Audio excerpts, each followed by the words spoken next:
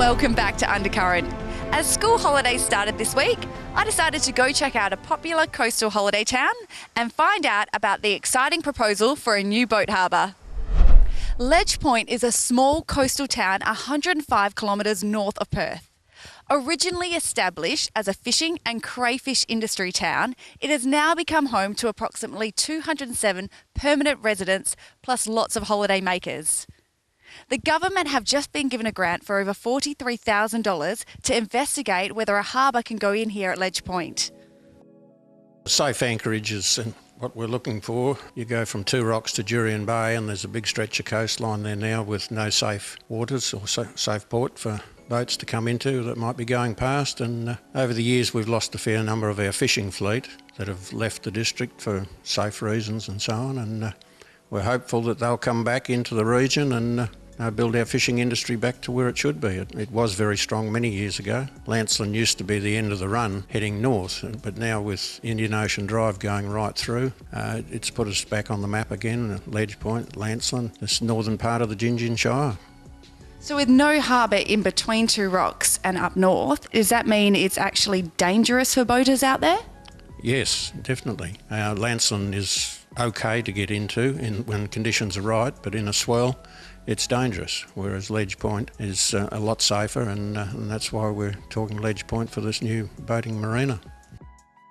It's going to be a huge advantage for the local businesses, because at the moment we used to have a 30-odd fishing boats, so the town relied on the fishing industry for its survival. Now the boats have dwindled down to about 5 or 6, so we require other forms of support so we can actually survive as a town. The local businesses are struggling with the lack of tourism, and this would just be an ideal opportunity to come and visit our town and enjoy some of the features that are available to it. Well, I think for this sleepy town, I think it's about the time that you get noticed and it gets put on a map. Even us as international wives, we love coming here. But it would be much better if there were more things for the kids. Get them maybe better playgrounds, takeaways, and more activities, more things to do when it comes to surfing period time, or even if it's winter, to St. John's to do some skirting or something. So I think it's great as it is, but I think it could be much better. John, you're a local resident here at Ledge Point. Can you tell us what the harbour proposal would mean for you? Oh, it will be a good thing. I think it will bring a lot of tourists here and give some life to the town, which is very quiet. So you're not worried about an overpopulation in tourism here at Ledge? No, not really, no. I think a few more people around here do good. It's a very exciting project. It offers a lot of opportunities for Ledge Point and the region as a whole for economic development, and also greater access to the coastal area for many community members. So it's a very, very positive development that can occur. And can you confirm that the government have funded over $43,000 for the proposal? That is correct. That is primarily for the planning so far. So we're working through that process and getting to the stage of a final completion of those plans, which is developing very well. Then it will come back to state and federal governments in regards to funding for the overall project. Being such a large-scale project, we're talking quite a few $1 million to facilitate. So from that perspective, it will take a while to get the grant funding to actually enable the works to proceed. Okay, what is this going to mean for local residents? Well, I think for local residents, it's going to be a lot more opportunity. From that will create a lot more tourism, hence economic development. We should see an increase in employment opportunities and activity. So really, it actually should be positives all around. It should be a very positive development, not only for the locals here, but also for the for Perth metropolitan area to access the coast better in this northern part of the area. We love Ledge Point. Big news for a small town. This has been Laura for Undercurrent. Our reporter Bas Tadros attended a special one-day event to discuss the plans on how to escalate the nationwide fight for Glass-Steagall for the Citizens Electoral Council. We're here at the Citizens Electoral Commission event in South Perth, and they're talking about the bank separation and the Glass-Steagall Act that needs to be addressed by the government. So we'll be bringing you some information about what this event is all about and interviewing some of the attendees as well as the committee members.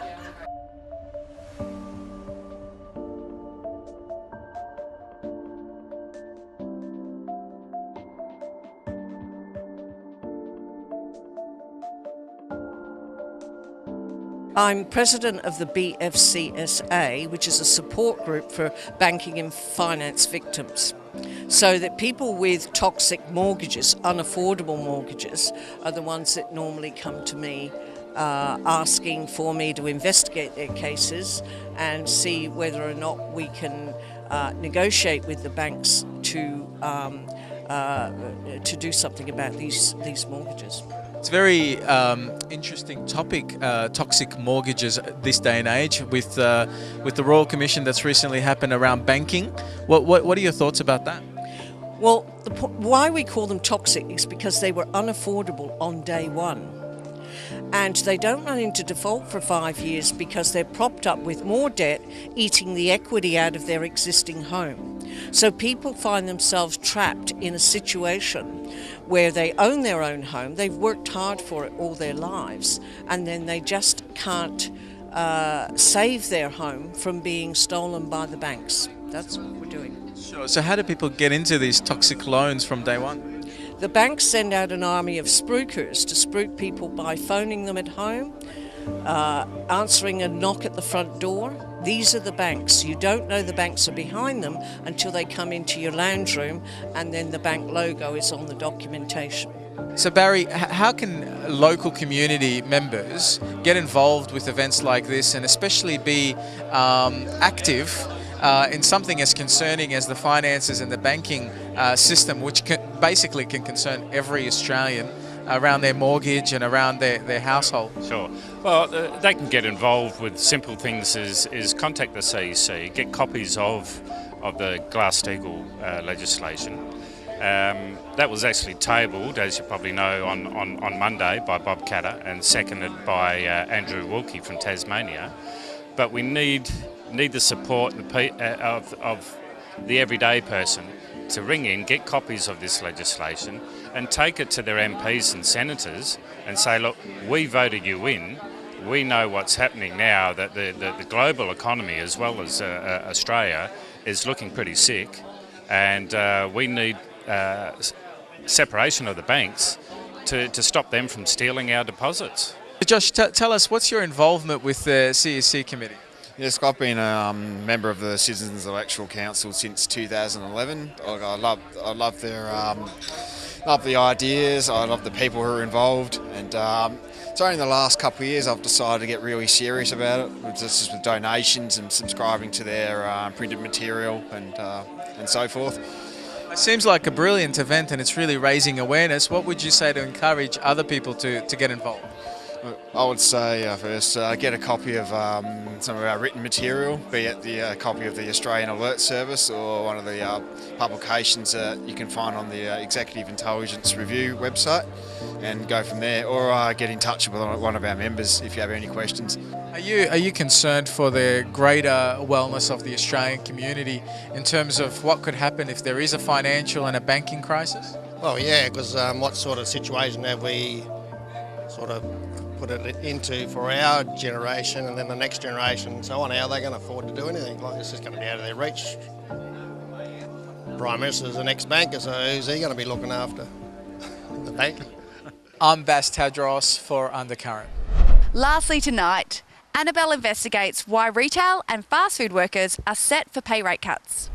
As we begin the new financial year, workers in retail and fast food industries are about to see significant penalty rate cuts to their wages. Australians who work in the industries can be shortchanged up to $6,000 a year because of the new policy. Firstly, Ben, tell me a little bit about the penalty rate cuts that have been implemented from, I understand, the 1st of July this year. Well, this is actually the second year of the cuts over 4 years. There was a very unfortunate decision from the Fair Work Commission a while ago now, which is on the back of some pretty flimsy evidence. How do we compare to other states? Are we benefiting a little bit more from it, or how do we compare, I guess? So the decisions around the federal award, so that happens nationally across the board. Certainly the West Australian economy is in a bit of a slump at the moment. If you look at the most recent retail figures, there's actually been a decline in retail sales in Western Australia. So people don't have money to spend in our economy at the moment. People are holding on to it, and it's hurting the retail sectors for sure. But the people who work in these industries are consumers themselves, and if they don't have the money, they can't spend it in these industries as well. The argument that was run by the employers and which unfortunately the Commission took to heart was around the job creation, and we've seen in terms of what's happened since these cuts were introduced, and there hasn't been an increase in the number of jobs in these industries.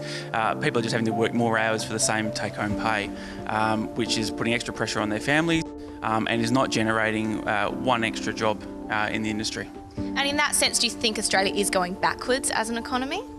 We used to be a country where if you're a working person, you wouldn't live in poverty. More and more we're seeing that the minimum wage is not keeping up with the required standard to keep people out of above poverty. We're turning into a sort of Americanised, I think, economy where you've got working poor. And I can understand that a lot of people, since this is a 4-year, I guess, pay cut, and we've got another 2 years to go, how are people expressing their dissatisfaction? Do you think there'll be a petition that's going to start over the next few years, or because it is significantly impacting their wages? Are people sort of crying out for some help, or how does this work? Well, look, certainly we're part of the Change the Rules campaign is to make sure that our politicians understand why this is an issue, and that we hope in the next government there'll be legislation to try and fix this. There's already been a couple of attempts already to try and get legislation through to reverse these cuts, but the Liberal government has used its numbers in the Senate and particularly in the lower house to block these measures. We hope that at the next time people go to the ballot box, they'll remember what's going on here and support those parties who've come out and publicly endorsed reversing these cuts and restoring them for these workers. And what would you say to people that are asked by their employers to actually work Saturday, Sunday, long shifts at, I guess, an unfair rate? What would you say to them?